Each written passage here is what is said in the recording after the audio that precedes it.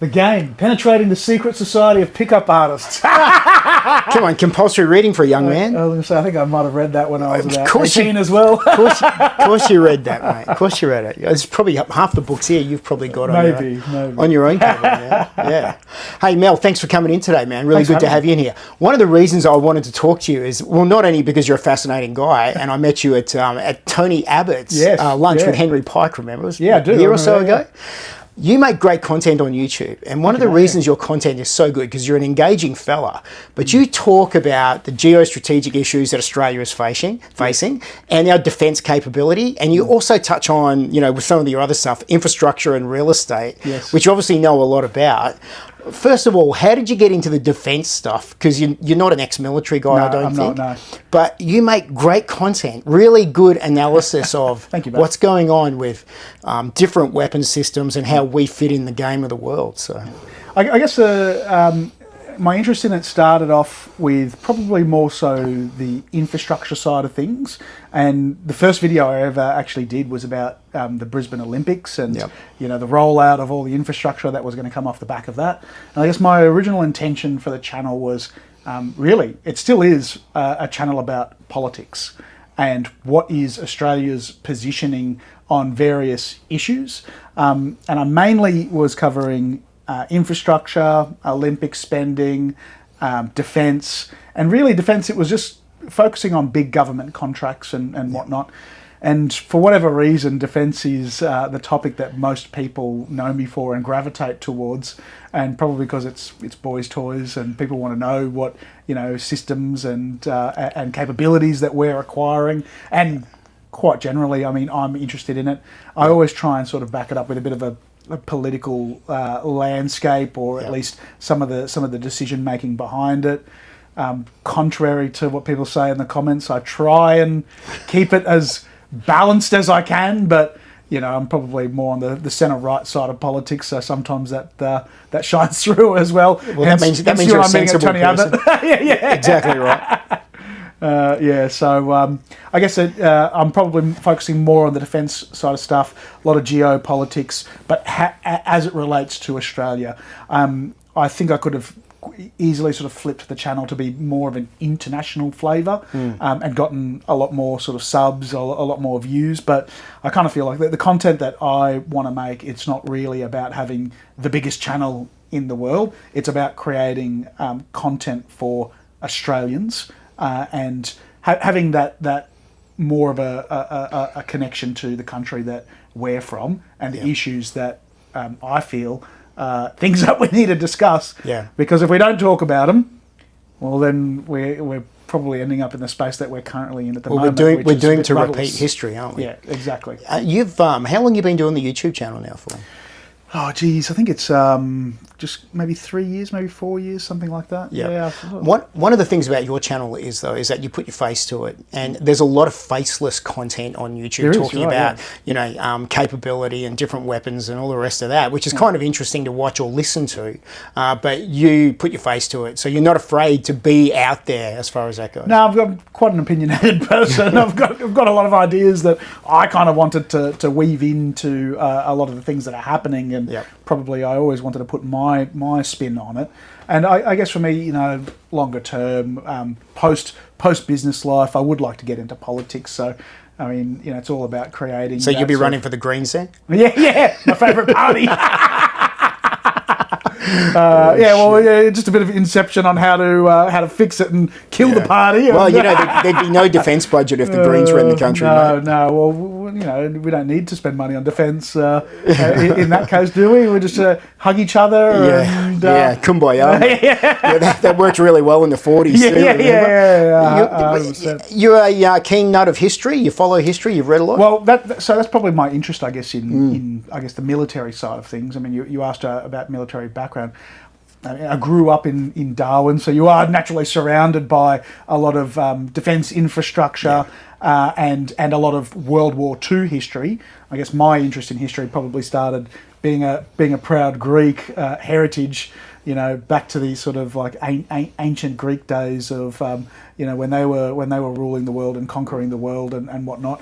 And I guess naturally it sort of progressed from ancient history into modern history for me, and then what's happening currently as well. So that's sort of like the evolution as to why I'm talking about military We're living stuff. through really unusual historic times, Yeah. aren't we? I'm not sure if we can compare it to anything behind us, but I think there are parallels between Japan and China in Yes. the 40s to now. Yeah. You recently made some content that I inspired you to with regards to should Australia have nuclear weapons or not. Yeah. Great video, guys. If you get the chance, check out Mel's channel Yep, and thank watch you, it. And you made I've always been of the opinion, like, carry a big stick and, everyone will leave you alone. But, after watching your video, I actually had to second guess myself and go, shit, do we really want to have missiles like that here? Because, it does make you a larger target. 100%. And this is probably a conversation you have with a lot of people, I imagine. Yeah, I mean, these are some of the things that I, in my own thinking go through, like, hey, if we actually really want to change a policy, particularly a long-standing policy, why would we do it? Is it worth the money? And I just go back to, like, when was the last time a nuclear weapon was actually used?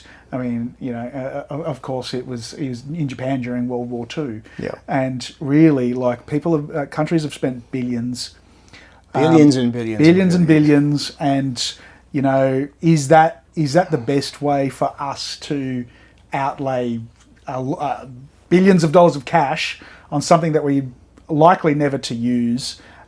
Take a long time, of course, to develop.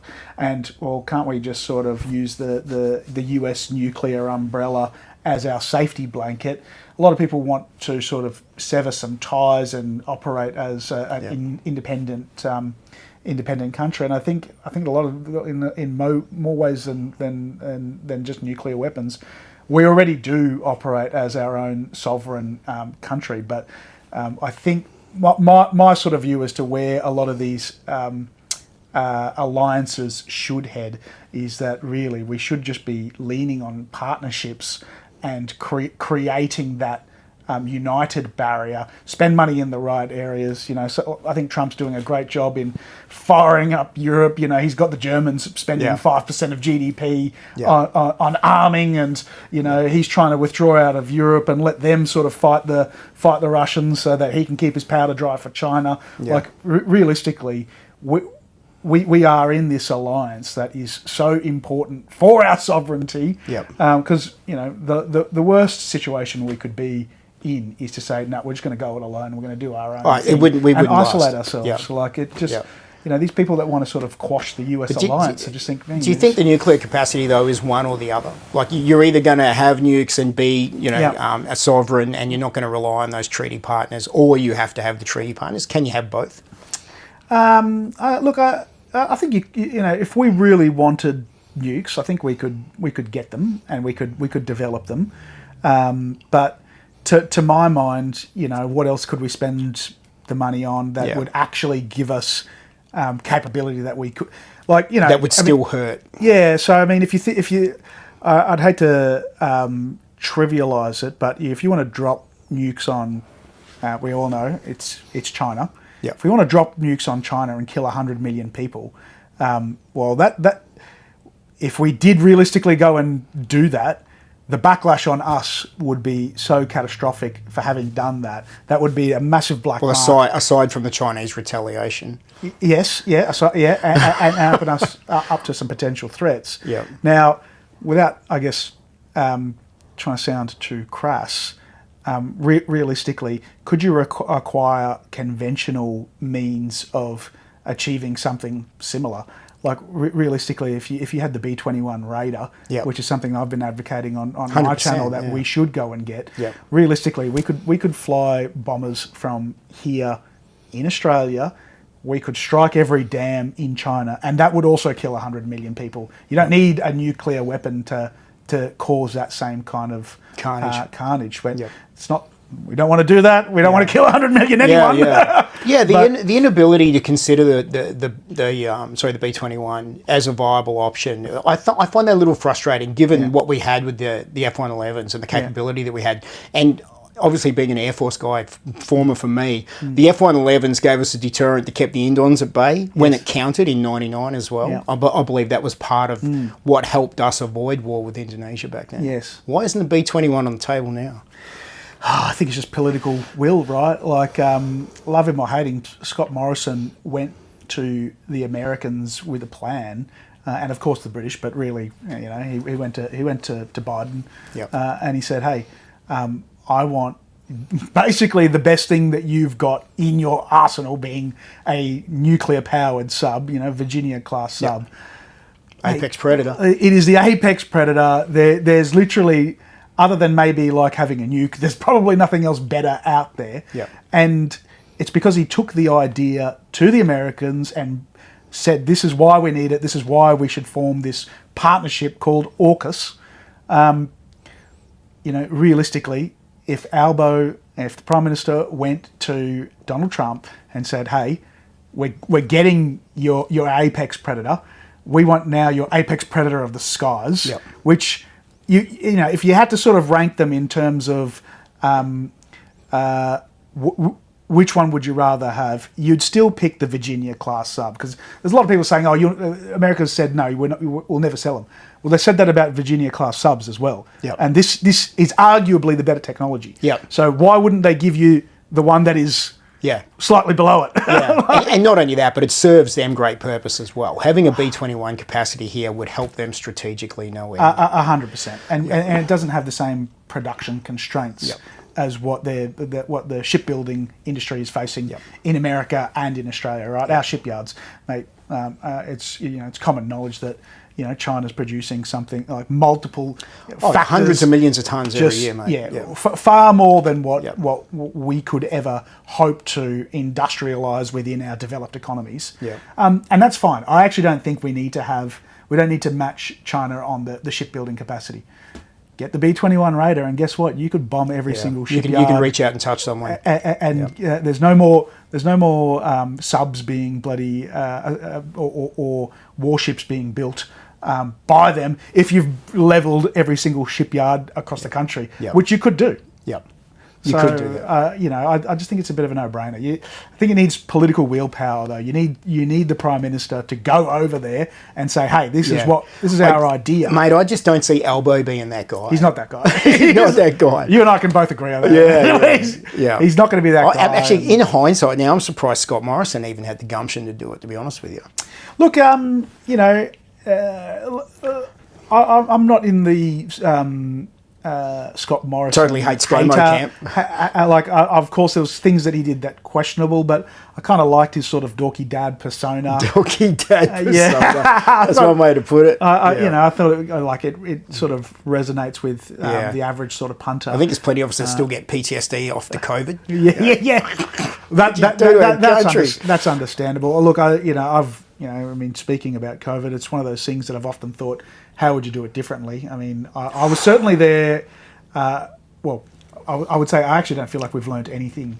I feel like if there was COVID tomorrow, we'd probably do the exact same thing. Yeah, mate, it's idiocracy here. It would really literally is. be just... It'd be worse for the Labor federal government. Yeah, far worse. Yeah. Far worse.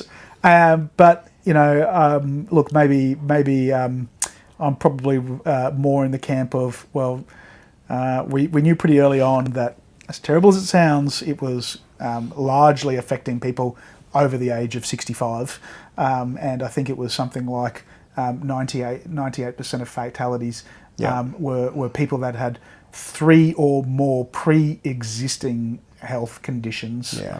So, I mean, as terrible as it sounds, it was effectively just killing off people that already were severely sick. Yeah. And whilst that is tragic, I mean, it doesn't mean that we should just slap everyone across the country and say you should just stay at home and go nowhere. We're not doing that again, hopefully. No. But I think we would, to be honest. I think that's exactly how. Yeah, I don't disagree with you there.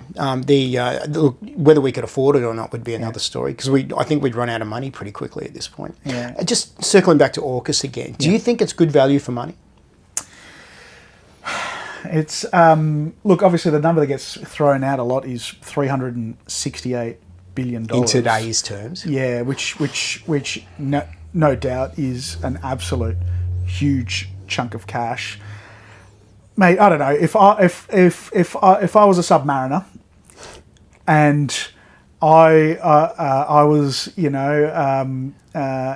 fighting for Australia, what would I want to be in? Not the Collins class. I wouldn't want to be in the Collins Commodore, you know. The VN Commodore.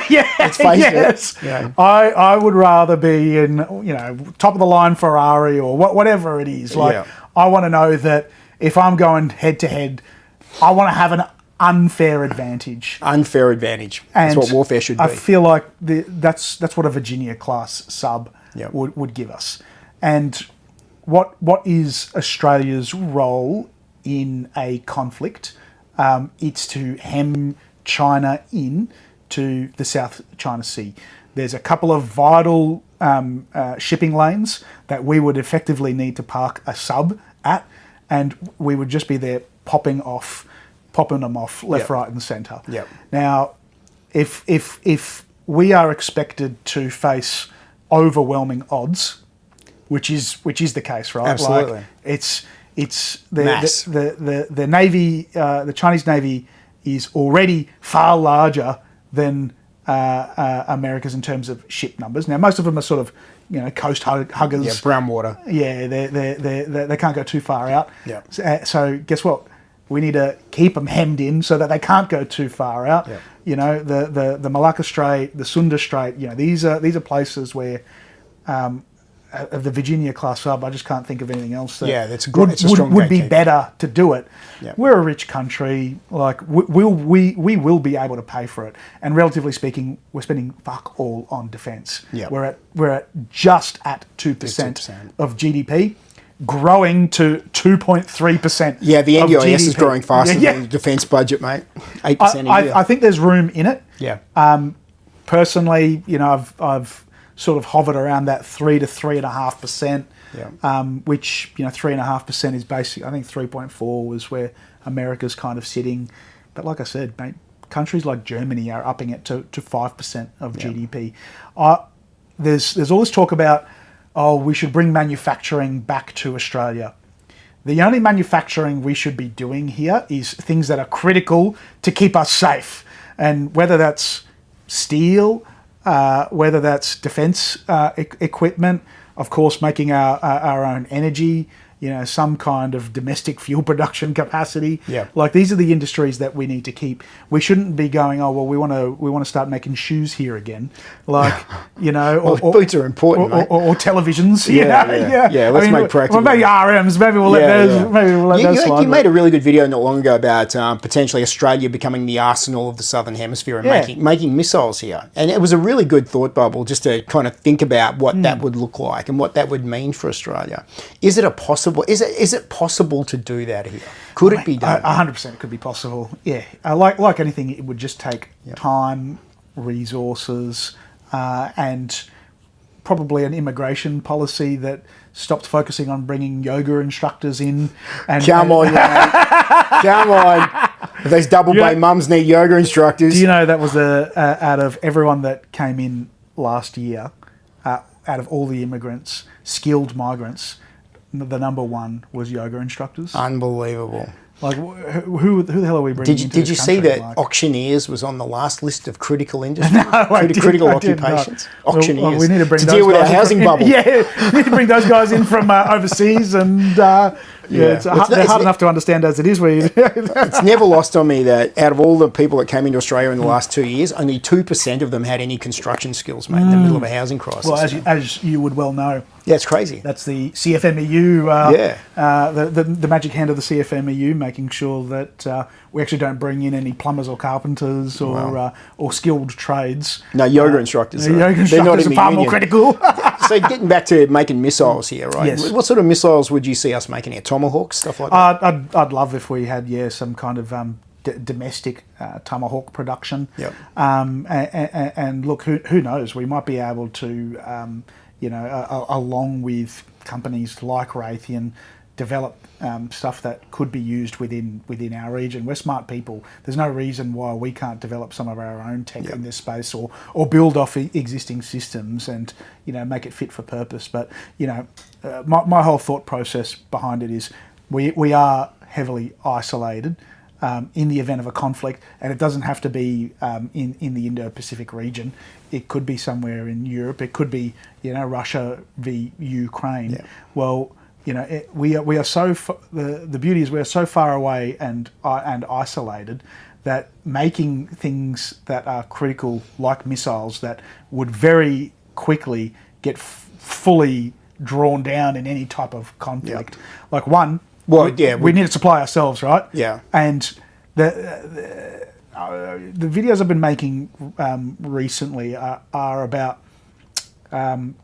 creating enough of a physical barrier between between an invading army actually getting to Australia, that by the time that they're close, we've popped them off so badly, we've drilled them full of missiles that whatever force lands here would be so significantly diminished that it would be overwhelmed within short order. And then we can sustain against the supply line. Yeah, exactly.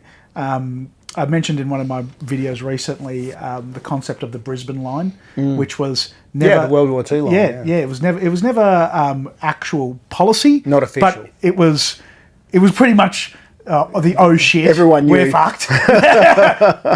fall back to Brisbane and defend. Cut half of Australia off. The Japanese can have it. Yeah, and we're left here trying to fight. Shit trade off. Yeah, and look, I mean. That would still be a policy today if it wasn't for trying to have policies like I'll give the Prime Minister some credit.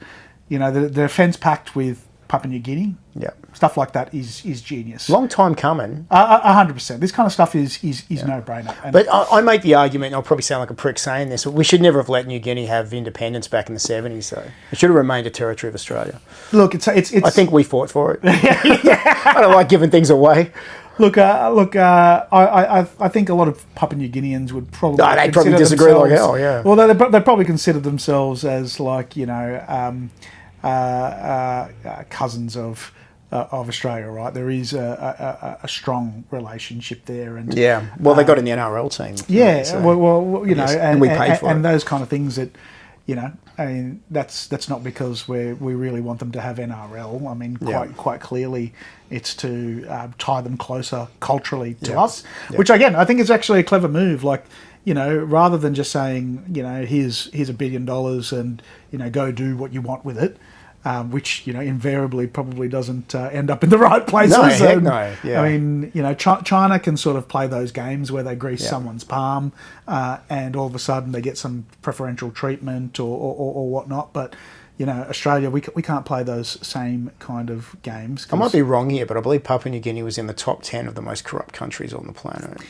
Look, it would not shock me. Yeah, pretty tough players. A lot of those sort of Pacific Island nations probably are. I mean, Solomon's. They've succumbed to the Chinese wallet, which look. That's a big threat in our region, isn't it? The Chinese money. Look, 100%, and we, I would say, have been too dormant in our own backyard. And we've kind of just taken it for granted and said, well, these people love rugby. Well, that's enough. Or, they used to be like, it's like any relationship, right? If you stop nurturing it, then of course it's going to grow distant at some point in time. I mean, that is our natural defence barrier, right? The distance. So when even countries like Indonesia, right? Like there's recently been another defence treaty that's just been signed, which is, again, I'll give the Prime Minister some credit on at least some things that he's doing right. He's not spending the money where he needs to spend it, but at least he's creating those partnerships that will create those barriers from war reaching our shores. Which I think is the right way to do it on a shoestring budget. The thing that I would say is, well, why do it on a shoestring budget? Like, spend the money where it needs to go. A lot of money, I think, on defence spending helps grow the economy anyway, right? Like, usually when we're spending money on defence, particularly homegrown defence stuff and developing our industry, every person that you put on, they're paying tax, they're creating value, and that was the idea behind the missiles, right? Like, if we can create a revenue stream where we're carving out a niche for ourselves, and invariably in the event of a conflict. A lot of those stores go very quickly. We could ramp up production and supply the world. There's always going to be a conflict somewhere. Yeah. Someone's always going to need to fire a Tomahawk missile at someone. Yeah, almost every war degenerates into just a production conflict, isn't it? It's what we can make versus you guys. We would get flawed right now because we couldn't. Well, people probably said the same thing about Ukraine. Yeah. You know, they probably couldn't produce jack shit, but they had the capacity to beg, steal, borrow really bloody well. How much has that conflict influenced your thinking around how Australia defends itself? Quite a bit, I would say, because a lot of people, they'll sort of say, well, why didn't the Libs do this when they were in power, 10, 15 years ago? Like they should have. If you read a lot of the comments that on the videos that I've made, that seems to be a criticism that, why didn't people do this a long time ago? But we weren't really in any sort of conventional wars where that was an issue, right? It's because of Ukraine that we're like, holy shit, this is how you got to fight a modern war. Yep. And very quickly, you've got all these capabilities that just destroy each other so quickly, or you fire off your, I can't remember the exact number, but Australia bought something like 200 Tomahawk missiles. You might recall when they bombed that Syrian airstrip, Donald Trump, when he was first in power. I can't remember the exact number, but he fired like 70 Tomahawks in one volley to destroy like one airport. Million dollar missile? Yeah, exactly. That's pretty much what they're worth, right? Yeah, that sounds about right. About $1 million a pop. $70 million strike. Wow. Well, and if we're buying 200 of these things, well, surely we're going to need a lot more if one volley's 700. Does it blow your mind, though, when you look at defence spending? Because obviously these projects that you do the deep dive on, right, like, the Boxer and our new infantry fighting vehicle and stuff like that, and then you look through historical defence spending, we're really shit at buying things. That's what it looks like. Yeah. Do you look at the numbers and just go, holy crap, how do these guys manage to do that? I mean, you've been in real estate, big commercial projects and stuff. You've seen how money gets spent. Does defence spending blow your mind? Of course it does. Like they're big ticket items, right? Yep. Even we mentioned AUKUS before, like 368 billion. That's an unfathomable number. Amount of money. Like that. How many bloody bridges could you build with that kind of cash? You could probably build every bridge that needs to possibly. The one that stands out to me is North Korea, right? With an economy the size of Tasmania, still developed a nuclear capability with ICBMs, right? Yeah. They did it. But all their people are starving, but they've got nukes. They've got one of the highest birth rates on the planet. Do they? Yeah. There you go. That's because there's no social safety net, mate. And there's probably no chemicals in the water because there's no water. I've been to the DMZ. Have you? Actually, I used to be married to a Korean lady. Wow. So I've been to Korea quite a lot. Right. I've probably spent collectively over 6 months in Korea. Wow.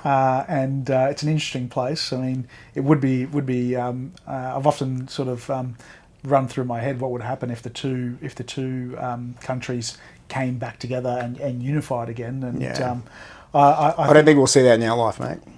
Look, you never know, right? You never know what happens with the Kim dynasty and whether or not he'd. With a lot of these things, one day it's never going to happen, and then the next day everything's changed. Like the Berlin Wall falls, Germany, then bang. I'm sure there's plenty of people that said it. Never in my lifetime will Germany reunify. I don't know. That just always felt inevitable to me. But maybe there's the massive cultural difference between an Anglo type, a country, a European country versus an Asian country. Maybe we can associate with that a little easier. Well, I mean, I think it's only a matter of time before they somehow there's going to be some kind of event. I would say that. Causes widespread information to be disseminated across the whole populace, right? Starlink. Internet. I'm surprised it hasn't done it just yet. And I'm sure there's plenty there just beam it down. Here you go. Yeah. Maybe we can ask Uncle Elon to help reunify. You look at the South Korean economy, right? They've made some incredible weapon systems. Nuclear power. They do all sorts of stuff, right? North Korea just living in this little backwater, punching out 155 artillery. Shells, lots of cannon, just all of it pointing at Seoul. And if it did kick off, I guess the first thing they do is just start throwing 155s like crazy, right? Well, you raise an interesting idea between those two, right? Where you said yeah, everyone's having babies in North Korea, high birth rate, and no one's having babies in South Korea. Korea is one of the worst. Exactly. So if you've got the two opposite ends of the spectrum, one's got money and plenty of know-how, but they're old, and then one's got plenty of young people, I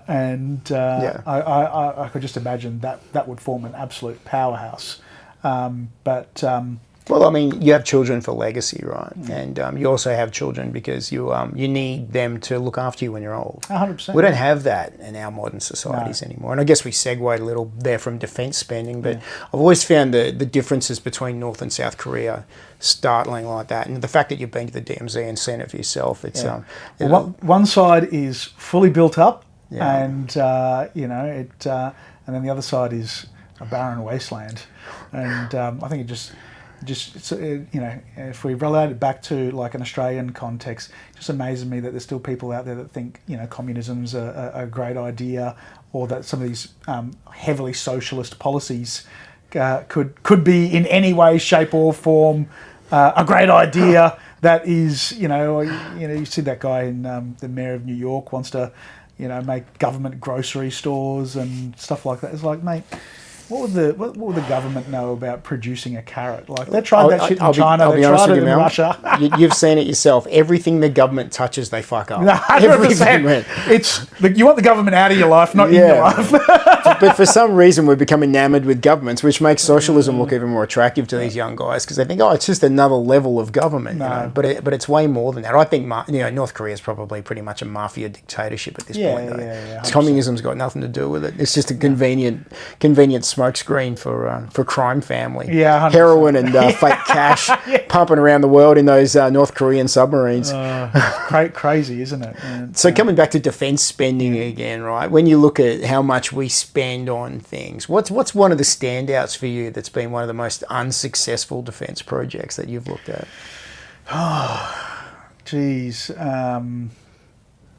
Unsuccessful projects. I mean, there's was it the Arafura that the patrol boats recently that that's probably the one that I guess jumps to mind. There's a lot of dry gullies, and I think when you do find that's the project, we see every project get cut, right? And it's not necessarily because it's a bad project.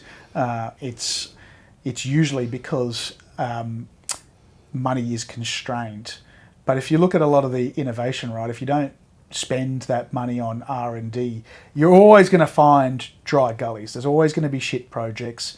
There's always going to be things that don't go the way you want it to go. And sometimes things are heavily hyped, and then when it comes to reality, it's just hard to have a crystal ball, right? And then to look forward and say, okay, well, how are we going to be fighting a war in, X number of... I would never have expected trench warfare and drones to be the go in Ukraine. The stuff that we're seeing everyone by surprise, right? Right. I think a lot of people would say, I've been saying it for years and whatever. Yeah, and of course. I'm sure there's been plenty of people that have, but the rate of innovation has been nuts. Just absolutely crazy, right? And the airspace is so hot now that literally no one can use, any aircraft to penetrate the other side. It's really become an attritional warfare with drones, right? 100%. And if you have a bad drone project, should you stop spending money on drones? The answer's no, right? You're always going to have... There's always going to be something that's shit. Okay. So your argument is that even if it's not great, keep doing it because you don't have any other options? No, it's more that if something's not great, learn from your mistakes and pivot. And spend money in something else. We're both in business, mate. We've been doing that our whole lives pretty much. Well, a lot of projects get a lot of criticism as well that probably aren't founded, like the F-35, mate. I remember watching stuff, everyone was saying, why the hell are we buying this? That's not it can't dogfight as well as that and that. And it's because the Yanks were going, mate, it's about firing a missile at someone before they've even seen you. Great example of that was Pakistan and India back in April. You remember this year Yes. when the largest air battle since World War II, and they were literally firing standoff missiles at each other at 100, 200 kilometres. Yeah. That was it. They really didn't engage with each other with guns. It's not about that anymore. That's what you'd pop everyone off so quickly that, and then you might get popped off yourself. But so I mean, you've got growlers that jam the air, and then you've got F-35 that strike, and then suddenly they work well together, and you've got a strong deterrent. In the air. But I guess the point of it is, well, remember everyone was saying, no, we don't need that. That's shit. Yeah. Like, I remember heaps of 60 Minutes video, every people expert probably said the same thing about the F-111s back in the 60s as well. Yeah, exactly. And so I guess the hard part is like anticipating what the future is going to be like. Yeah. And I guess that's probably the criticism of AUKUS, where people are saying, well, are Virginia class subs going to be relevant in the 2030s, the 2040s, when we're largely getting them? Yeah. Hard to say, but if you don't sort of go with what you've currently got, I mean, and something better comes up down the track, you need to be prepared to shelve it and go to AUKUS is a big number, right? But for $1 billion, we potentially could have bought 500 to 1,000 Tomahawks. It would have been pretty handy. But the production capacity of Tomahawks in the US is probably pretty limited right now, I imagine. Yeah, or like even carving off 30 billion and getting B-21 Raiders, because that's probably what are they worth each?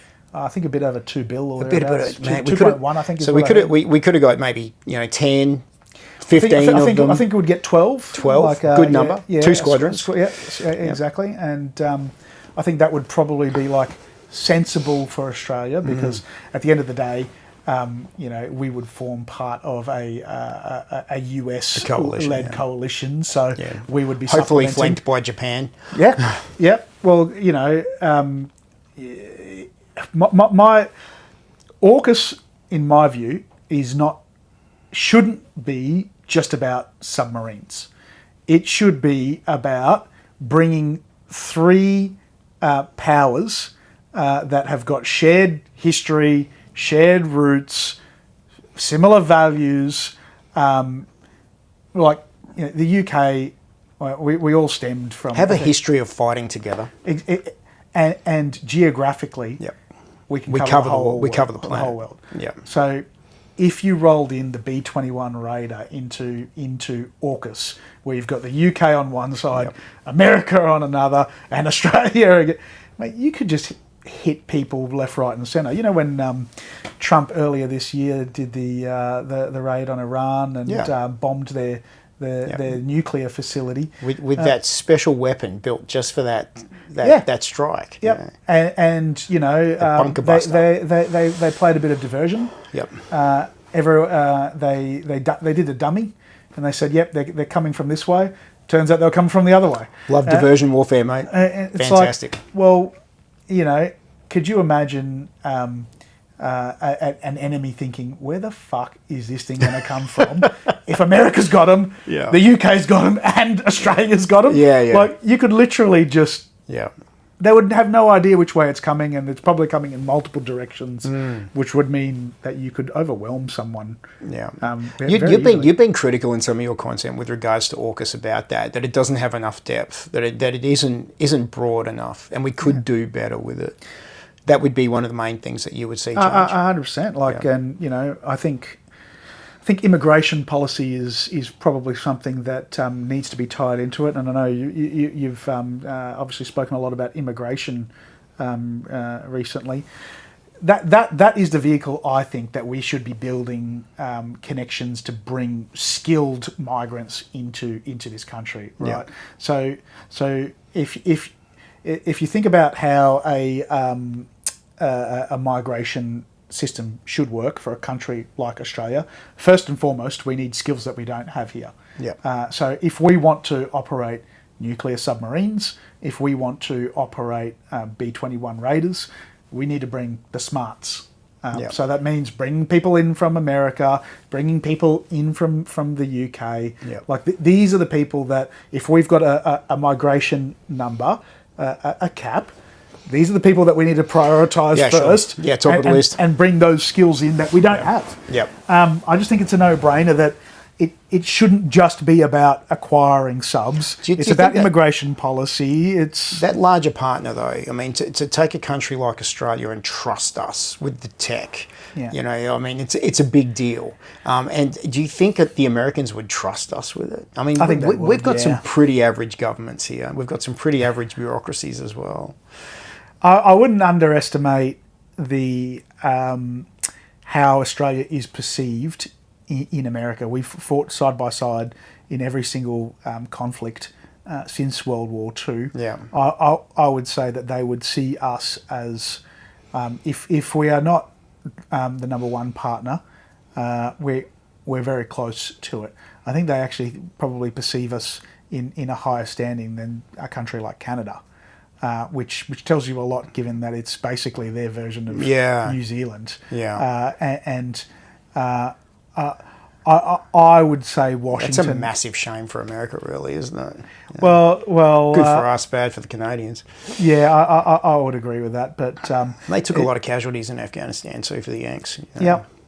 But you know, they've got a very. I mean, a lot of what I've learnt about military and power within great powers and whatnot, a lot of it's to do with geography. They've got a very stable northern neighbour. They've got Mexico to the south. I would say nice big wall.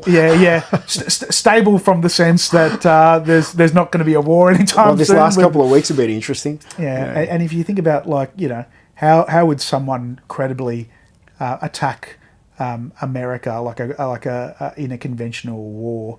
I mean, geez. They're just very well insulated. They're fighting a multi-front asymmetrical war now, though. I mean, the war that they're fighting, the cyber war, potentially with the Chinese and the Russians and the Iranians, and there's a lot of people that hate America, right? They hate us too, and I think we're probably engaged in a really weird asymmetrical war with the same people.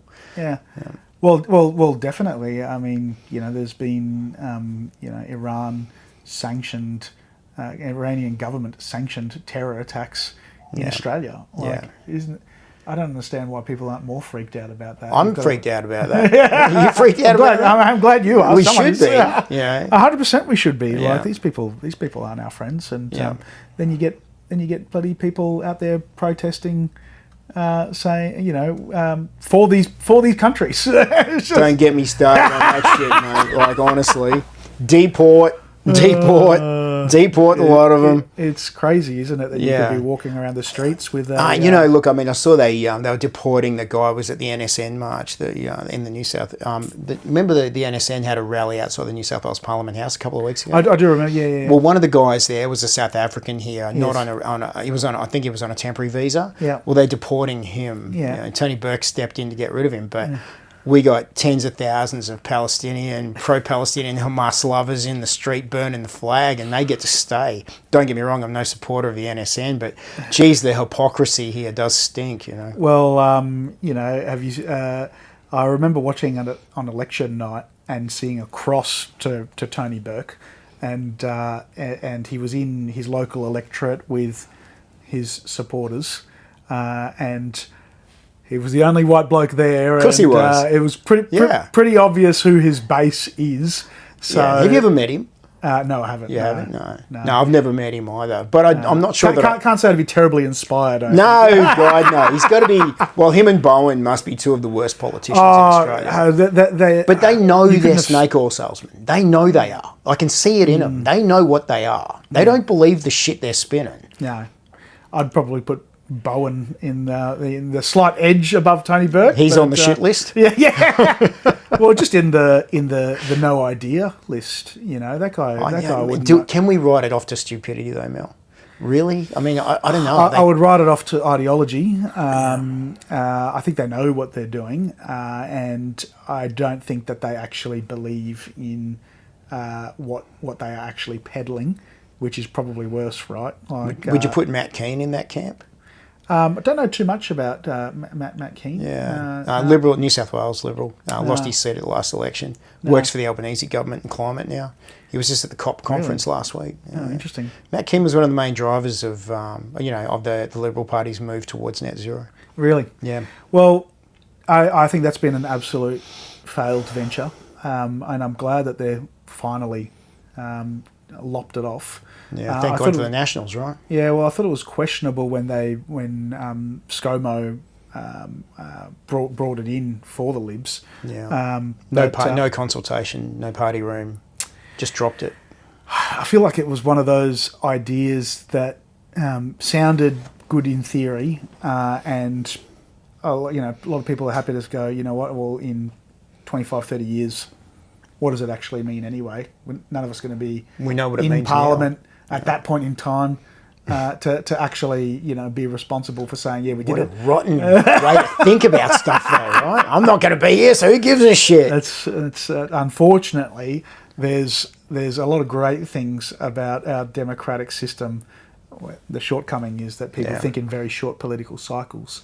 Yeah. So they're whatever. Do you think AUKUS was linked to the net zero commitment? Look, it could have.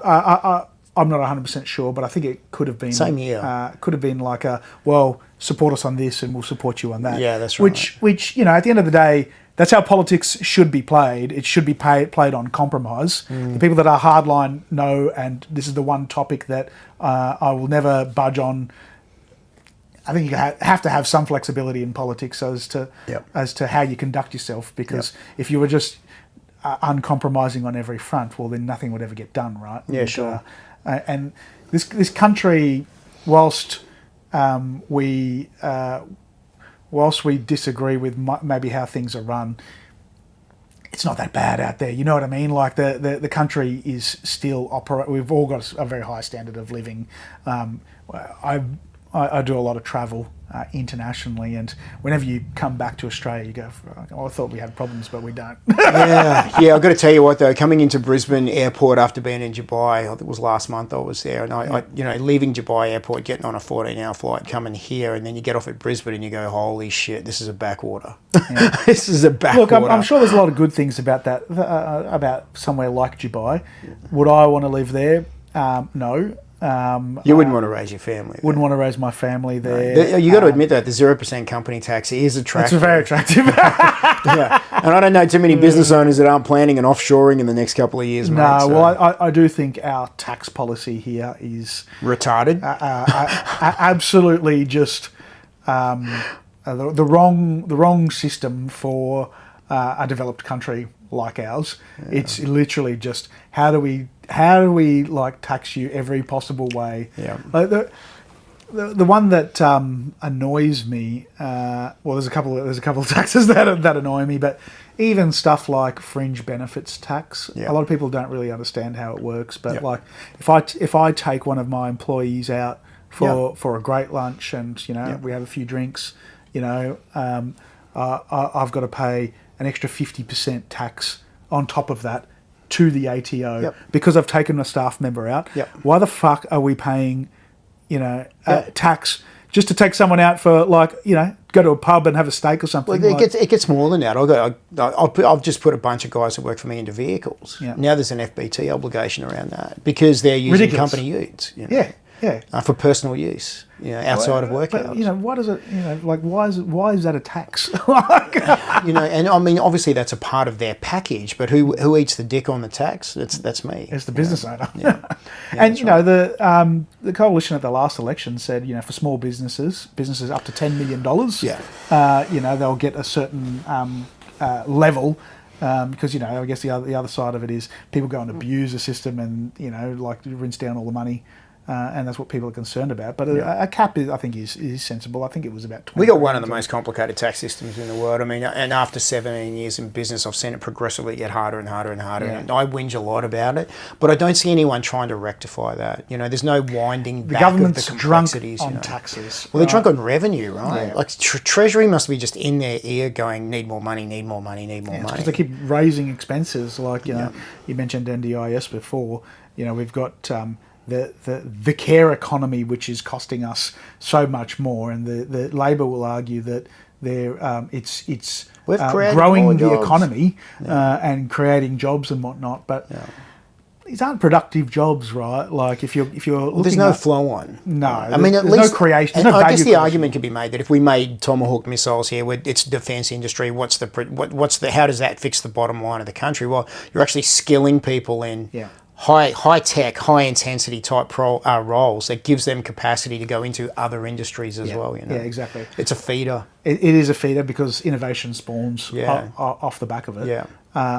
And presumably we'd sell some missiles to some other countries. Yeah, and make some money. absolutely. Yeah. The Yanks love competition for Tomahawks. Right? I actually think they would like us making some because it helps them in case anything. And they can resupply down here. Exactly. I mean, they've got similar issues to us. They got no manpower.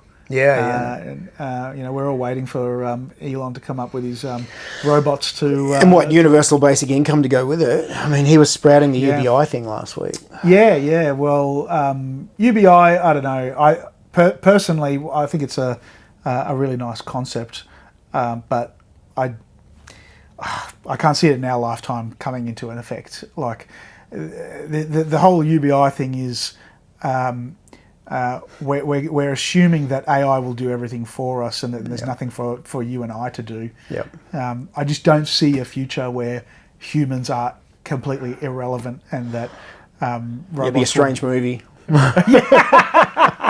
I mean, it's fun to theorise about these things. And mate, I look, Back to the Future 2 had a re-release. Took my daughter to it at the cinema the other week because it was 40 years since it came out. Wow. And they had flying cars in 2015. Yeah. And, hoverboards. My daughter kind of pictured me. They thought we'd have flying cars in 2015. Where's the flying cars, Dad? Yeah, it didn't quite work out that way, darling. No. Exactly. And I feel like UBI is probably one of those things, right?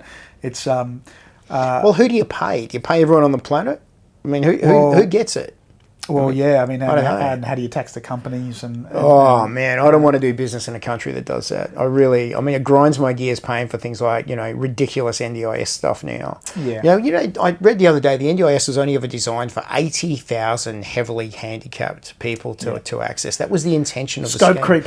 Now we're at 800,000. That's 10x what it was initially designed for. Well, I think now if you've got ADHD... 16% of 6-year-old boys are on the NDIS now. 16%. Why? It's just free cash. Of course, it's free cash, but that's the country. And not only that, it's rorts. I mean, that's if I was running for government, that's what I'd be focusing on. Hey, we're cracking down on the rorts. Because I'm sure you've seen it in your game. I've seen it in mine, where there's operators where someone. So I deal predominantly in negotiating office leases and designing and building the fit-outs that people go into. You get a really good gauge as to what industries are growing and which industries are contracting. Because it's just based purely if someone needs double the amount of space, and guess what? 6 other competitors are doing the same thing. You get a pretty good idea as to which industry is rolling in it and which industry is not. And I can tell you, over the last 5 years, it's been NDIS businesses who have been going from mum and dad shops to we've got 400 staff. You're like, how the fuck have you grown a business like that? And where are most of the staff coming from?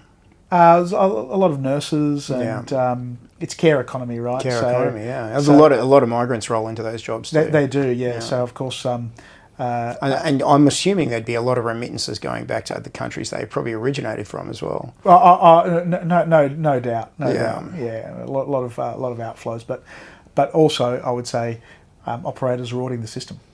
Yeah, I've got a mate who's an investigator for the NDIS, and you sit down and have a drink with him, and the stories he tells you can make your toes curl. The level of rot is off the charts. Whether it's pink bats or NDIS, whenever there's government money and it's being handed out freely with minimal oversight. It sounds like your mates, obviously there is some oversight there, but I would say the depth and breadth of the rort is so deep that you could have an army of investigators. When you talk about rorts, that's a really good point, actually, because like the question's been asked of me a lot lately. What is Australia, and what is Australian culture? And one of the things that I remember well was that we were always a larrikin society. We're always a bit edgy. We made great businessmen who really did roll on the edges, like guys like Alan Bond, and and so if you think about Australians, are we dodgy by nature? Is the rort part of our culture? I don't know if it's part of Australian culture, if it's more just human nature, that if there's something available for easy pickings, and there's a less path of resistance to it, grab it. People are just going to have a go, aren't they? I don't know if it's really. I don't think it's Australians per se. I think we're generally a pretty good bunch. Yeah.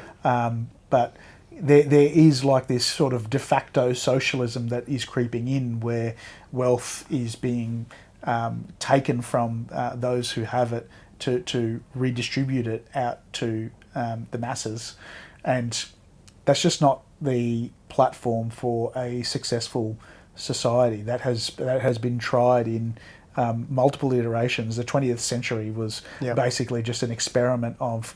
If you think about. My interest in history and war and whatnot is, like, if you look at World War One, what was World War One really about? It was the shifting system of government from predominantly monarchies to a new form of government, and off the back of kings and queens, whether they were run out of their countries or they were killed. You'd think of. Whether it was the Russian Tsars and the communist uprisings, or the rise of fascism in places like Germany and Kaiser, Italy, and then of course democracy getting rolled out as well. It was really like the contest of between World War One and World War Two. It was like, what is the best system of government, and like quite clearly. It wasn't communism and it wasn't fascism. Which one kills the less people? Yeah. That always seems to be the byproduct of a change like that. 100%. Like we literally spent the whole 20th century working out what the better system was, and it quite clearly was capitalism. But now we're entering a phase where low trust. People are just going, okay, well, let's introduce more and more socialist policies and ideas. And then I guess the capitalists in us have been, I would say, quite generous from the perspective of going, let's start incorporating that, and we've ended up with this huge tax base. We tax people into oblivion. The 40% of the cost of building a new house. People say, oh, but housing's unaffordable. We need to help people get in. It's 40% tax. I can tell you how we can really get people into housing. It's stop taxing it so much. Well, Gippsland down in Victoria, a friend of mine messaged me last night and said that they've just made it legal for tiny homes to be approved as Class 1A dwellings down there. And I thought, wow, that sounds great in theory, right? But what they've actually done is you've taken what was an unengineered product, and now you're going to engineer the shit out of it and compliance and regulate the shit out of it, and you'll probably triple the cost of a tiny home. So what was an affordable living solution for someone who might, was happy to live that way, live simply, could get off grid potentially, now becomes a regulated industry. And I'm not sure if it's going to increase supply at all. Well, you'd see it with these new disability compliance laws for 100%. for dwellings. It's adding like $40,000. That's the cost of a new home. Yeah, that's a conservative estimate. Then you add in the thermal energy stuff with double glazing, and people go, oh, we want to have homes that are energy efficient. Low E glass. Yeah, but who's going to pay for it? Well, I built a house. I moved in January last year, and had to comply with 7-star. So it would have been double glazed. So my glass bill was double. And the glass probably came from China. Yeah, exactly. It's like, mate, what energy efficiency gain am I actually getting to help the environment by spending double the amount of money on glass? Am I getting 1%? Maybe over the lifetime of the house, maybe close, but you'll save that money. But that's it's so inconsequential to it is to the doubling the cost. But what's more important, the energy efficiency or housing people? You can't. 100%. You can't have both. The way things are at the moment, you can't have both. No, you can't have your cake and and eat it. It's not going to happen. And by the same token, should we be? This is something that I've been lobbying against quite hard, and people are saying, oh, you need people in wheelchairs to go everywhere, and these are all sort of nice things, but do they really need to have access to every single house? And for a wheelchair, every single home across the country, bathroom access in every house. Do we really need rails in someone's toilet? But we're future proofing for what here? Well, it's a symptom of cost blowouts in the NDIS. Yeah, cost blowouts. We're future proofing for the NDIS by making the Australian consumer, especially the first homeowner, pay for the future. Yeah. It's not the first time we've used kids to pay for the future. No, exactly. We are burdening that younger generation. With far too many sunk costs. We need to unsunk those costs. Unsunk those costs big time. I mean, it's almost beyond urgent at this point. And I think plenty of people, such as yourself and myself, with the content we've made, have been screaming about this for a really long time now. It seems that the people in power just don't want to hear that. And gosh knows, you're a member of a political party. You've spent enough time talking to politicians, as had I, until they kicked me out. But you just constantly, okay, I can talk to you about this. I'm going to let you know, and they kind of look at you with a glazed look and go, yeah, okay. It doesn't really seem to go anywhere. Well, I mean, that's why it's for politics for me is something I want to do in my later years, because the more experience you spend out there. Running a business, seeing how things are actually done and what the flow-on effects are, then you can make decisions around it a lot better. Oh, probably 100%. A lot of politicians in this country. I think it should be a prerequisite that you've worked out in private industry for at least 10 years, not in a consulting or lobbying firm, mate. 100%. You need to have some real-world experience and be outside of just your bubble. I know a lot of sort of young political staffers who just want to go straight into politics, and I keep telling them, hey, why don't you go and start a business first, and then you can come to politics later, mate. It'll still be there. Have a look at most of the policy chair positions in your Liberal Party at the moment, mate. They're probably not run by people who have any real world experience in those policies. No, 100%. And look, I guess that's where we just need to be the squeaky wheel, right? Because I've definitely sat in meetings with key political figures, and I've outlined a position, and they've said, no, you can't do it for these reasons, and then you keep banging on about it, and 2 years later, you hear them telling you their story about why it should be done the way you originally said it 2 years ago. It's just, I don't know. My thing is, the more people from industry they hear it from, the more people that have a say. A lot of people are scared to have an opinion these days, and they're worried about upsetting someone. And it's like, it's okay to be wrong. Don't be afraid. It's also okay to change your position when you get more information. Exactly. Right? I mean, it's actually a superpower to do that. People who blindly just stick to the dumbest result, no matter what, really grind my gears. 100%. That annoys me about our sort of how our modern culture has developed. Like, you need to be prepared to accept a different idea, and part of it, I think, is the media, because the media will sort of say, "But you said."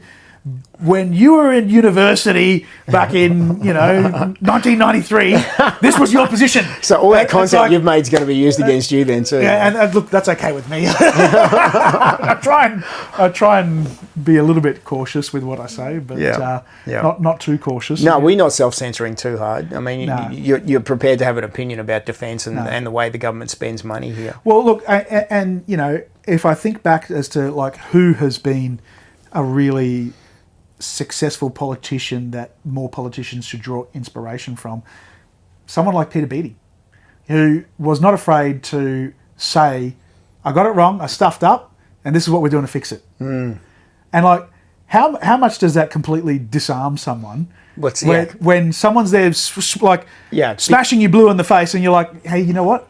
You're actually right. The political class love to double down, though, and that's where Peter Beattie had him. He would double down when he knew he was right. But if he was wrong, that was actually... And someone I feel like is mirroring that is the Premier here, David Crisafulli. Yeah, right. When he got up and said, "Hey, I called it incorrectly on this stadium. We're going to now build it." Like that stadium was toxic pre-election, and then the pathway was carved open for it, and then people after the fact were like, "Oh fuck, this is the greatest idea ever!" And he's there saying, "Yeah, we got it wrong.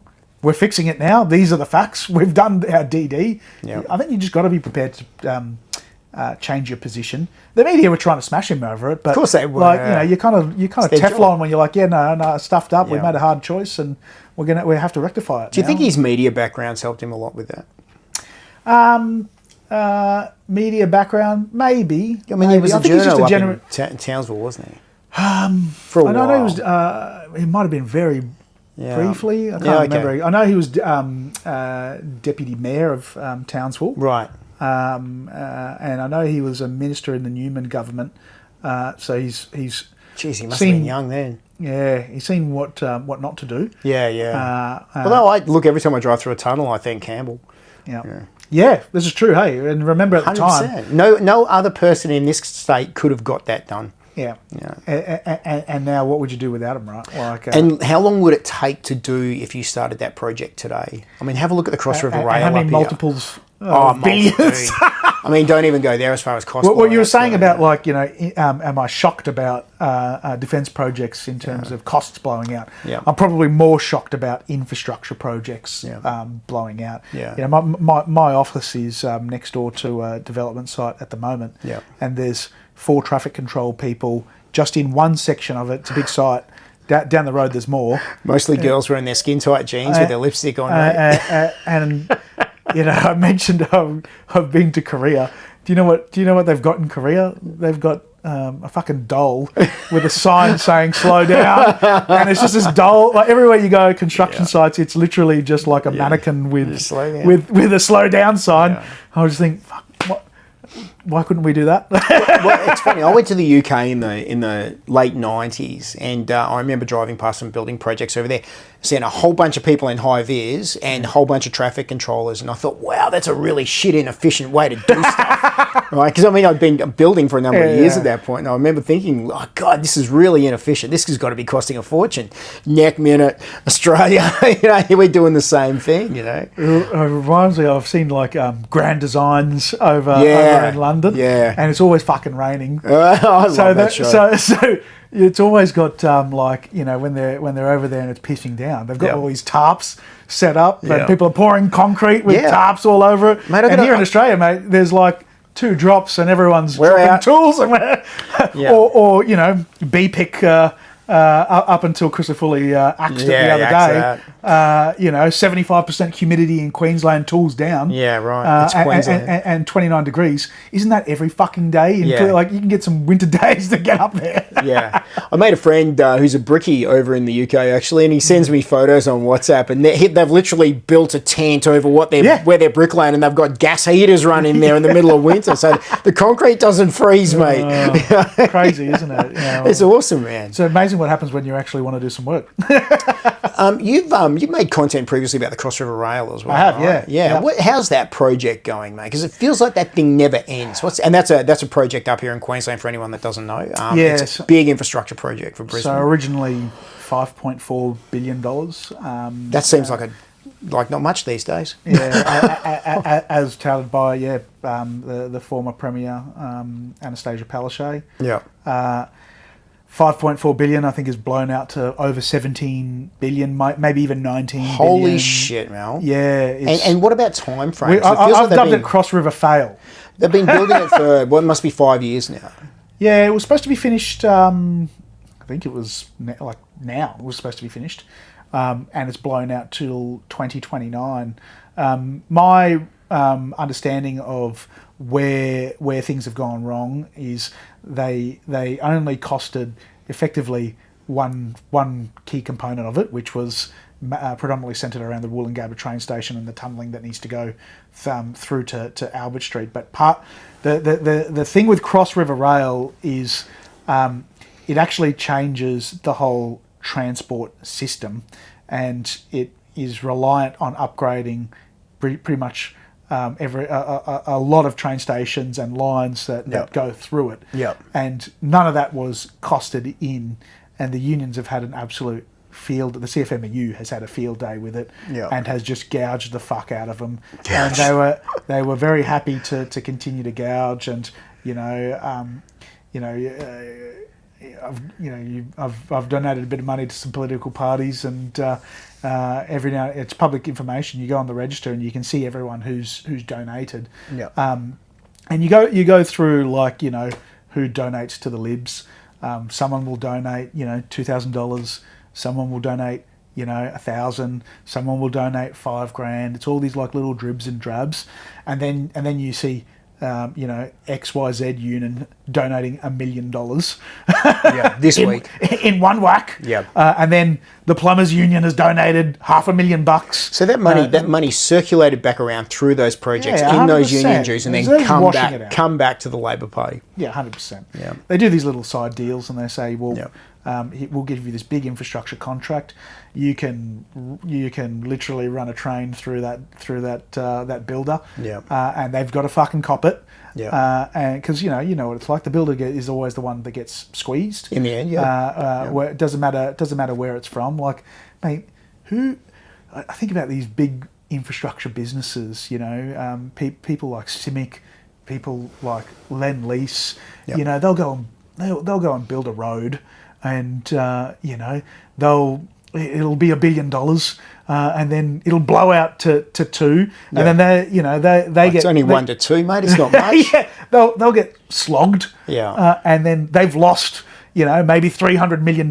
Yeah. It's like, mate, do you really want to bid on a project, drive it, get it driven down to the lowest possible dollar, win it on the slimmest possible margin, and then you deliver it and you've lost money? And it's happened with every single major infrastructure project. Like, why is that a business that you would want to be in? No, because obviously someone's making money out of it. Like, someone in there is benefiting from that.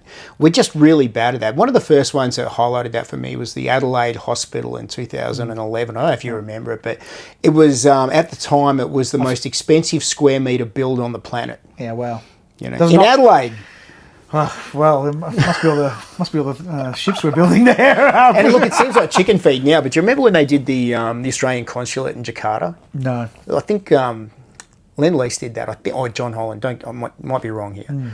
Cost blew out from 100 million to 600 million. Now that seems like chicken feed now. We get 600 million, we sneeze at that, right? But at the time, to build an embassy in Indonesia, that makes no sense. Fuck me, it was a huge amount of money. And I remember going, that seems really wrong, but no one else seemed to care. Yeah, well, you know who's paying for it. Yeah, I know who's paying for it. I know who's paying for it. That's where my FBT is going. yeah. Your FBT and every other tax that they whack on you. Australia's got we come back around to that tax thing, but we've got a really shitty, complicated tax system here. Yeah. And I kind of hate the way the feds are the main money collectors in this country. I actually wish the states had more competition around this, because and the other thing that I bitch about a lot in Queensland is payroll tax. It hasn't been indexed since 2018. Yeah. We're still dealing with the same rate that we did, 7 years ago, when inflation has pretty much racked up everything by 100% since then. Personally, I'm a big advocate for consumption-based taxes. Yeah. If you're rich, you're likely to consume a lot more. Yeah, it seems to. Someone who all we do is seem to hurt the poor people the most. Yeah. I personally, payroll tax, one of the top contenders to get axed, because at the end of the day, if you're taking 5% off everyone's pay and putting it back into the state, I think it's just an inefficient use of that. I'd rather people get paid more and you spend your money how you want to spend it. Yeah. The problem is state taxes heavily hinging on inefficient forms of taxation. So stamp duty and payroll tax, I think, other than GST, are the two biggest money spinners. Yeah. And And the more things get expensive, the better it is for those revenue collectors. Yes, and probably the two most inefficient taxes. I mean, you have a look at the growth in stamp duty revenue in your state government budget, mate. It's off the charts, right? Yeah. Because as these houses get more and more expensive, and a lot of people don't understand what stamp duty is, and a lot of people don't understand what payroll tax is either, because they don't really see it. No. It's not really there. You don't actually pay it. The transaction of the house, the bank settles, and the conveyancer does this and that. And well, stamp duty, to my mind, and I studied property economics. I'll caveat, my dad is a property developer, but I've grown up around property development. I know how to make it cheaper. I know how to deliver housing cheaper. And I think back to you just want to be a slumlord, mate. Yeah. My dream to be a slumlord. I just had to throw that in there for any lefties that are watching. He's just a fucking slumlord. I'm sure there's plenty of worse things that have been said about me. Probably, mate. But as you said, though, you could deliver housing cheaper. The stamp duty rate could be lower. Well, stamp duty, I think, is one of those vehicles that I think compounds the housing crisis. Reason why I say that is I think back to a block of land that I bought, right? And I bought it with my ex-wife, and I paid $720,000 for it. It was just a 405 square metre block, and we'd separated. Didn't want to build a house there anymore. We weren't going to move in there, so wanted to get rid of it. I paid $720 for it.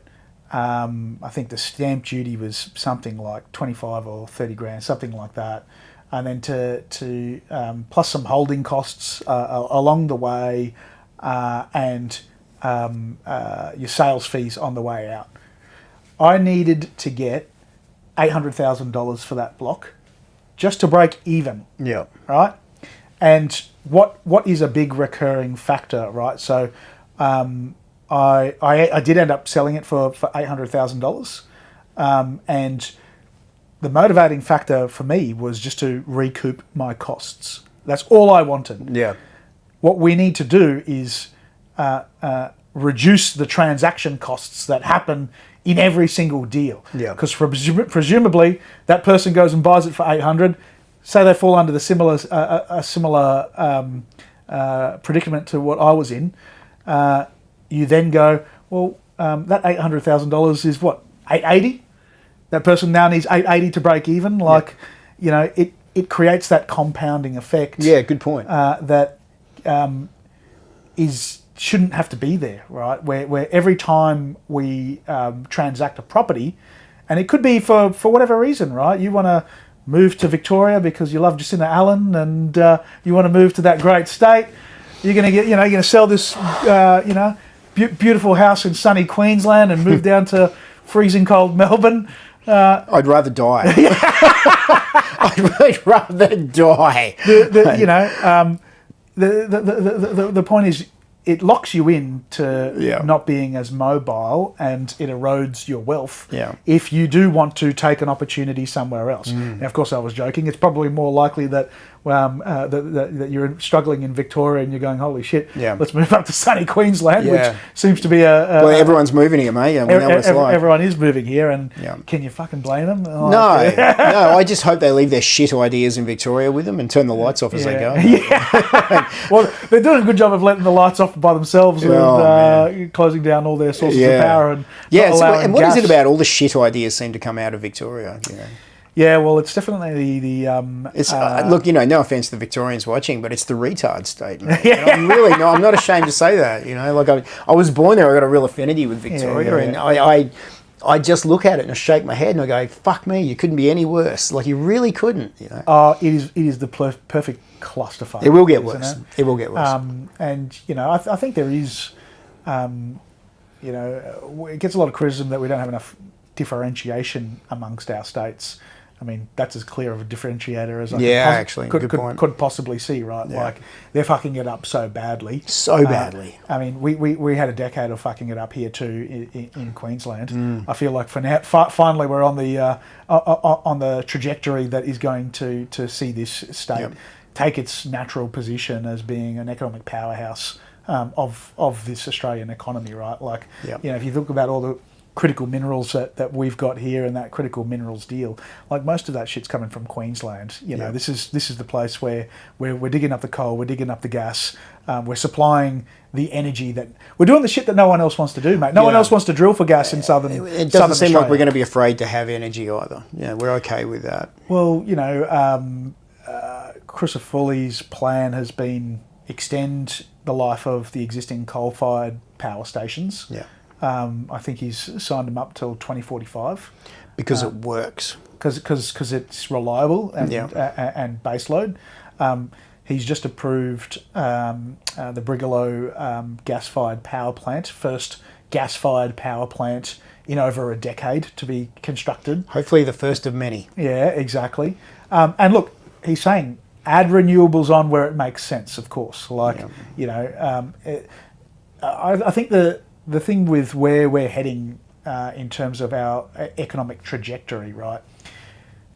The level of power a country can produce is directly correlated to the prosperity of that country. The more power you make, the more power you consume, the more prosperous your country is. Wow, that's a really simple equation, right? It's so simple. It's not rocket science. More power, more money. Like it's so simple. It's so logical, right? And if you look around the world, it's borne out in so many different places. But for some reason, we want to hamstring ourselves here. Yeah, and I think that's crazy, right? And I'm not the biggest fan of renewables, but they have a place, right? Like, I've got solar on my roof, and I'm glad I've got it because it reduces my power bill. It makes a lot of sense, right? But that doesn't mean that we stop all coal-fired power plants. That does not mean that we stop putting in place things like gas, which are critical for heavy industries and whatnot. I think it's the high-speed rollout that we can't keep up with here. It's this, transition that isn't a slow and gradual transition. It seems like we are all in. We are dumping money like crazy, and then letting things fall apart that shouldn't be falling apart. The reliable part of our infrastructure here that gives us stability, it creates industry, creates opportunity, creates wealth and prosperity for our people. And I think most Australians can't keep up with it, because I reckon personally since 2020, since COVID, so much has happened in such a short period of time that all of our heads are spinning. We can't really keep up with what's going on around us. No, and I think we've also been fed a lot of misinformation. Well, you don't want to save the planet, Mel. Come on. We've only got 5 years to live. I remember being in primary school, and don't buy coastal property because it's going to be completely inundated, and it's going to be like that in 20 years' time. And that might have been like the early 2000s that prediction was going to come true, right? Yep. Where, as a species, we are addicted to doom porn scenarios. Drama. Where we just think the world's going to get fucked and it's about to end. It's about to end right now. Yeah. Like, think about, you'd remember Y2K? Yeah, I remember it well. I went to the ATM the night before and took out a stack of cash. Had a little bit of gold with put your aside. With hat on. I was ready in case shit went down. I had my Motorola brick phone. It's scenarios like that. I mean, and 1 year before that, Nostradamus predicted that the world was going to end in 1999. Yeah. Then it was Y2K. Yeah. Then it was 2012. We're just addicted to this scenario. Yeah, there's been the world's about to end. Yeah, absolutely. And especially that seems to have ramped up now with social media as well. There seems to be more of that, fear porn, as you said. Yeah. And now when we're looking at our phones, we call it doom scrolling for a reason. Well, you see these crazy lefties that are protesting for the environment, and they're saying, well, no, we're not having kids. And the reason why we're not having kids is because they're going to pollute the planet. It's like, how warped is your thought process of humanity that you think that human beings are parasites that need to be exterminated? Yeah, but that's education, right? What kind of that's been drilled into all these people that think net zero by 2050. You've got young kids. I do, yeah. Yeah, exactly. I mean, would you homeschool them or would you put them in the education system now? Private education system. Private education, and being very selective about those schools, I imagine. Yeah, 100%. Because there's a lot of what I've seen come out of the education system, and especially because I've raised 4 daughters. My girls are almost finished through school now, but progressively, year by year by year, more of this stuff getting fed into the curriculum. 100%. And look, I mean, that's just a really strong argument for giving parents choice, right? Because there's a lot of people that want to defund private schooling systems. I know the government should be the one that should look after all education. How about no? How about give parents the option to educate their kids the way that they should? I heard this argument made really well the other day by Ed Schuller from the Red Union. I'm not sure if you're familiar with him or not. Good, really smart young guy, but he was talking about a voucher system for kids, where essentially you as the parent choose where that child goes based on that voucher, and that's the funding that the school gets. If you don't like what the school's teaching them, move to a different school if you can. Yeah, 100%. It should be equitable in terms of the money that gets allocated out, right? Because at the end of the day, if I want to top it up because I've got the means to do that, then great. But yeah, there's definitely too much control in the narrative that is in many instances I don't think 100% correct. Like I would say that I'm increasingly skeptical on human climate change. I wouldn't say that I'm someone that is saying we're not doing anything, but I'm also or having no impact. But I'm also someone that's going, well, is the world really going to be over by 2050? Like, if the temperatures go up 1.5 degrees, like, do you reckon people in Russia are going, holy fuck, this is a serious issue. We can't have like 1.5 degrees warmer weather in Russia. Like, otherwise this whole place is fucked. If anything, it'd probably unlock shitloads of agricultural land for a country like that. You know what I mean? Like, I just don't 100% think that it's all human. This is a stat that I read in a Wall Street Journal article a couple of months ago. In the last decade, the world has had a greening effect there's been an increase of over 20% in the green vegetation on the entire planet. Because guess what? Plants are fucking eating carbon. Yep. And they're growing because they eat carbon. Actually, no, I'd call that an inconvenient truth. It's quite inconvenient that the planet is greener in the last decade. Yeah, the other stat I saw, and I might get this wrong, but it was like the amount of people that die from natural climate disasters on this planet now has literally never been lower. Yes. Well, I think more people die from cold than they do from heat. Yeah. I'd be more worried about the toxins in my food these days than the climate, to be honest. Yeah, well, I can't remember who it was, but I saw someone, I think it was an Australian politician, try and debunk some of these things about climate change and whatnot, and some of this natural greening effect. And they were quoting the number of people predicted to die from heat waves, but not the people that would live from the cold snaps that that was offsetting. That's and right. It was net more people were living. Those are awkward numbers to quote, mate. The climate thing's really shaped the culture of our country, and it's probably going to continue to do that for a while longer. It's going to be a while before this thing's dead and buried, and even then it'll hang around like a bad fart for a really long time. I've got a question for you then. What do you think about the coalition scrapping net zero the other day?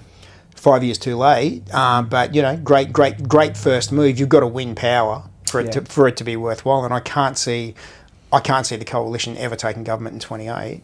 They'll give it a spirited fight with someone potentially like Hastie in charge, but at the end of the day, you've got to be empowered to implement these things. No, I don't see that changing.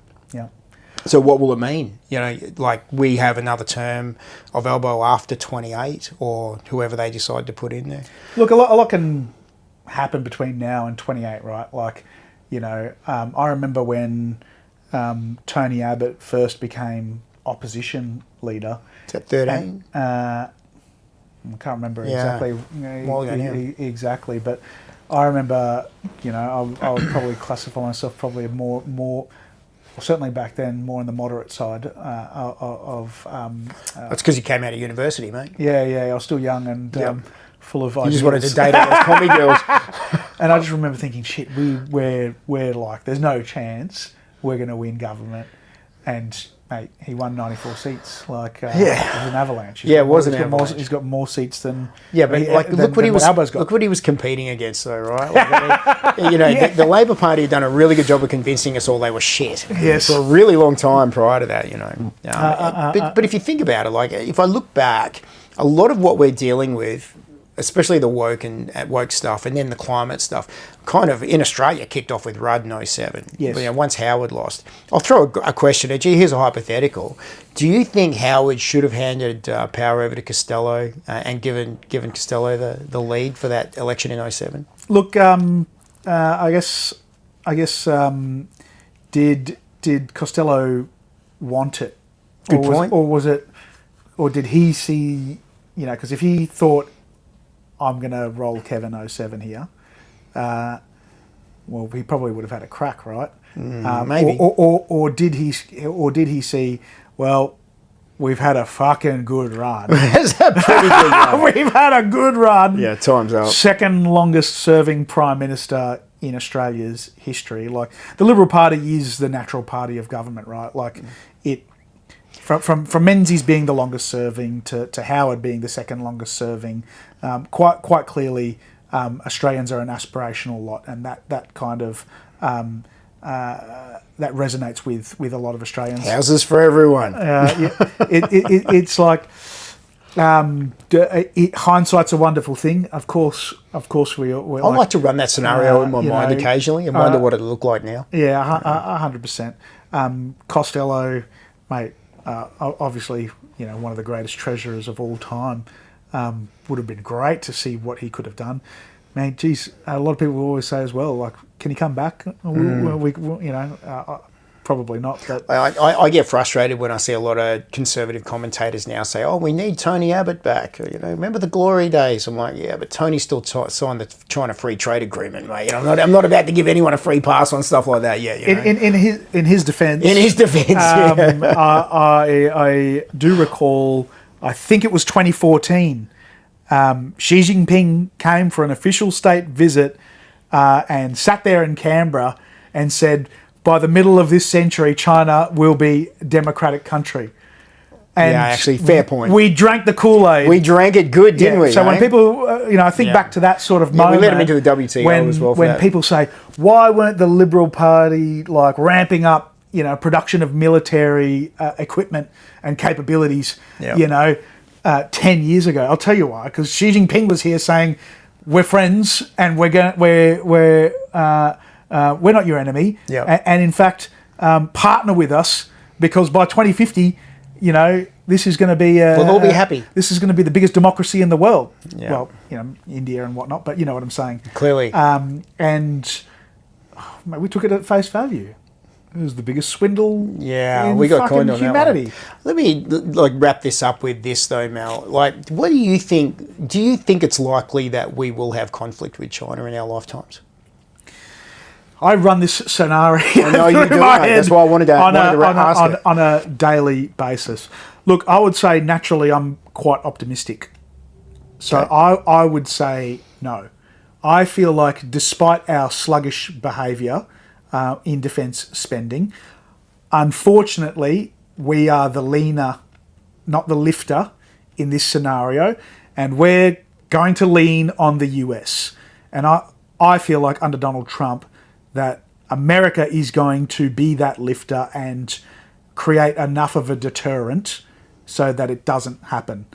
As a proud Australian, I would love nothing more than for us not to be that parasite and for us to do more than our fair share. That's, as a country, we pride ourselves on always doing more than what is required of us. That's one of our great Australian traits, mate. And we are not doing it in this space. No, we're slackers. We are the slackers. We are the leaners.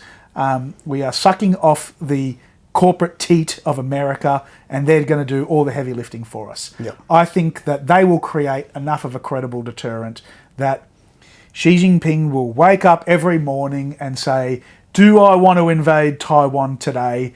And he's going to look over there and say, not today. And I think that, I mean, that's what we want. That's what I hope. Yeah. And then there's definitely that good and bad side of me that goes, well, shit. Well, what is the worst case scenario? We don't do enough, and then they just go and roll Taiwan. Who's next? Yep. Is it the Philippines? They're already creating already have created lots of artificial islands to encroach on their maritime borders. Yep. Are they next? Yep. Is some other neighbour that is unwitting, that is sitting there on the sidelines, the next target? Expansionism doesn't stop. Expansionism doesn't stop, and that they are thinking with a 100-year plan in place. I often think about the Chinese though, and think that old saying, appear strong when you are weak. And I mean, there's a lot of talk about the demographics in China not being favourable or conducive to their ability to be able to project force either. Yes. What do you think about that? I listen to a lot of Peter Zion. Yeah, that's where I got it from. And I find it fascinating. He correctly called the war in Ukraine. Yep. Well in advance of it actually being a war. That it was inevitable. That it was inevitable and it was going to happen.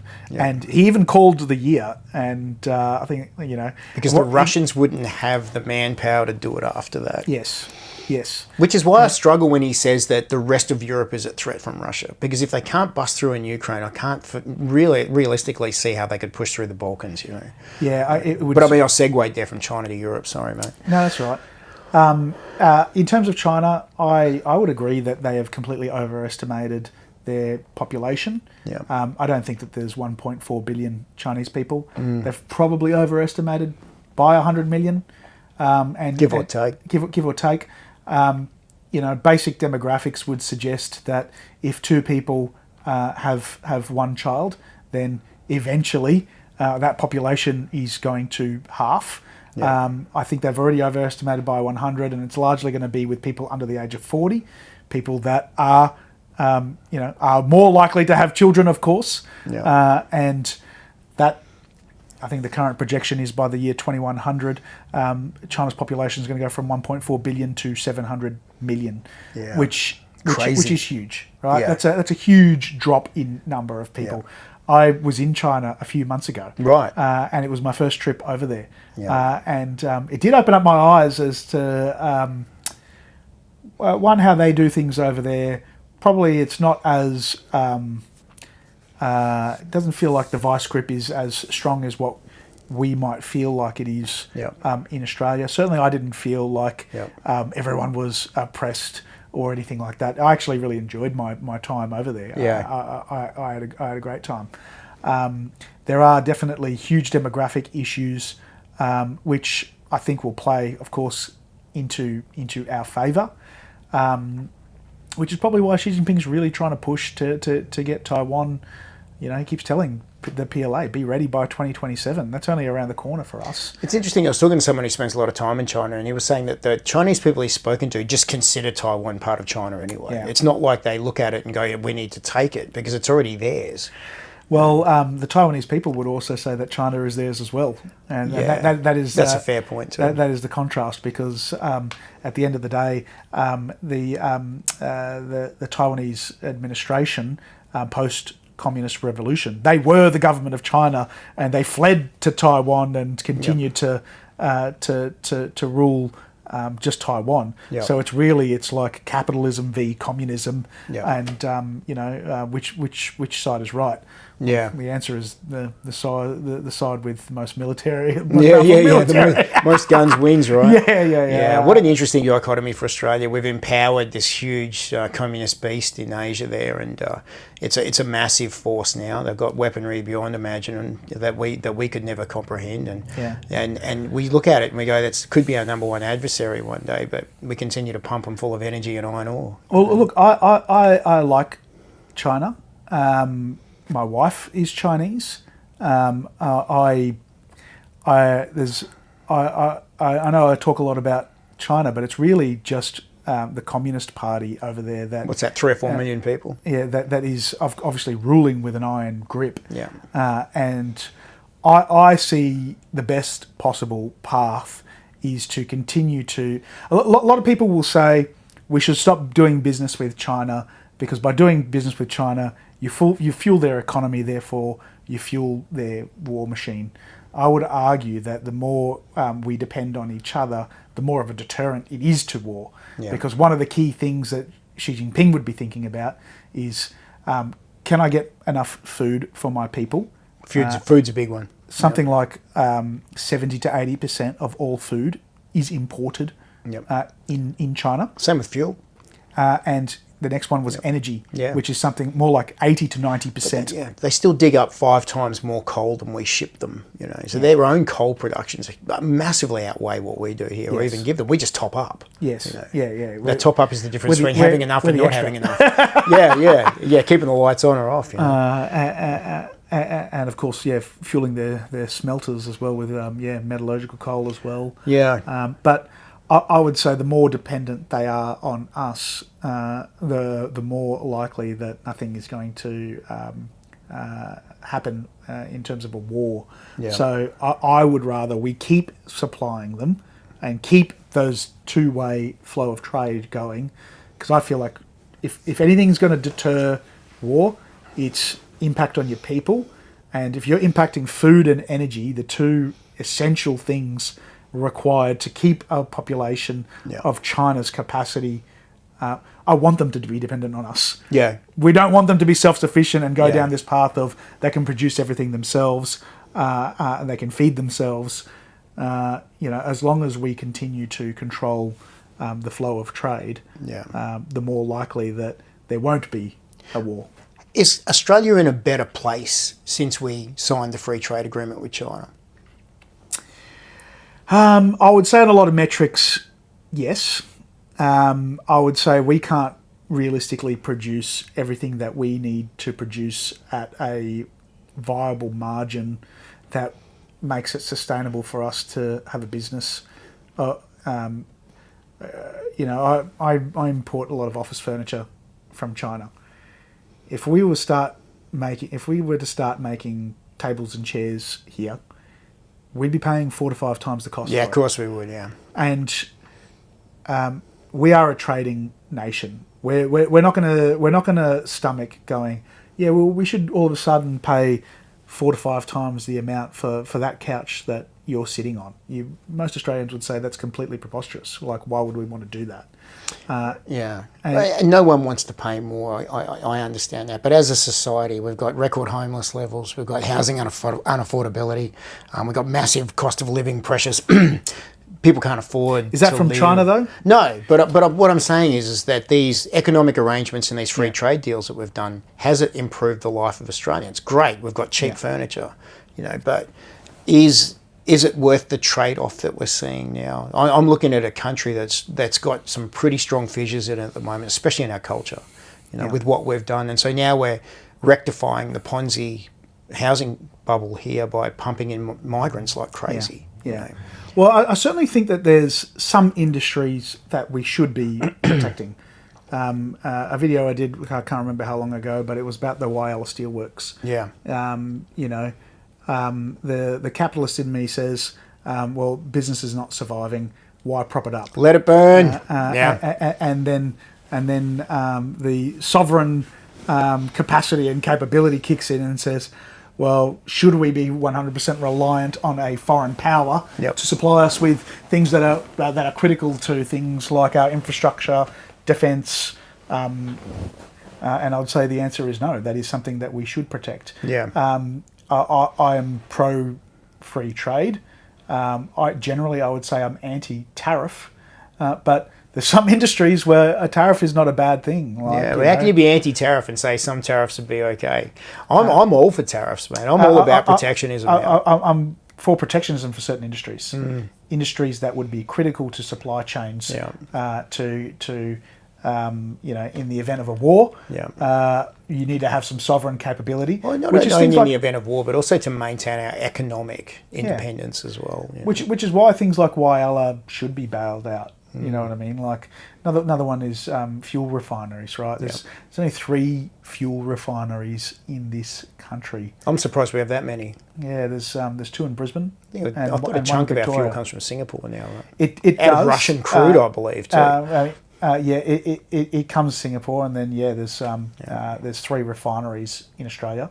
Fantastic. 2 of them right here in Brisbane, and it's not enough. Of course, it's not enough. We've got 21 days worth of fuel supply. Yeah, and our strategic petroleum reserve is in the US, and our gold bullion is stored in London. And why? That's a big question. And our strategic fuel reserve is in the United States as well. Yeah, that's right. Yeah. It's like, it's not like we're getting that here in a hurry. I mean, you know, if I was, how long does it take to sail a tanker from the US East Coast or West Coast to? And you know, in the event of a conflict, that's the first thing I'm popping off. Oh, if you I do. was China. 100%. Nothing's getting past Hawaii, mate. Yeah, everything would grind to a halt. You know, absolutely. You can't really fly any fighter jets with no fuel. Mate. Just as we go to wrap up here, what's the biggest thing that you think is the most important part for Australia and its future right now? What's the one thing that you think we could solve here that would make this a better place? Oh, geez, there's so many, but I would probably come down to major tax reform is what's required. It's just far too complex. Everyone's just being sucked dry.